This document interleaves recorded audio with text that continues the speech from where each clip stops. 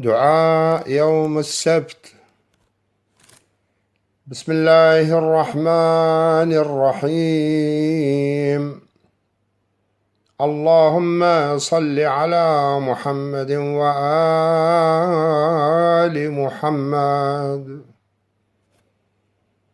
بسم الله كلمة المعتصمين ومقالة المتحرزين،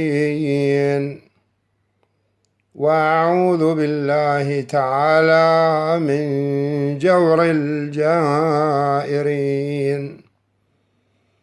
وكيد الحاسدين وبغي الظالمين، وأحمده فوق حمد الحامدين.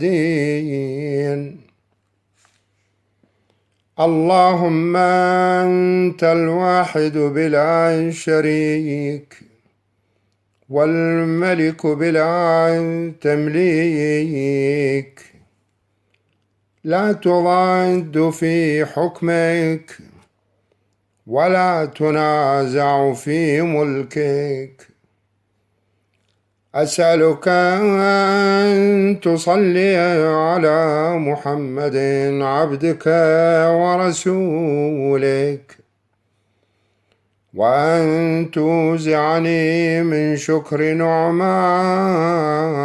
ما تبلغ بغاية رضاك،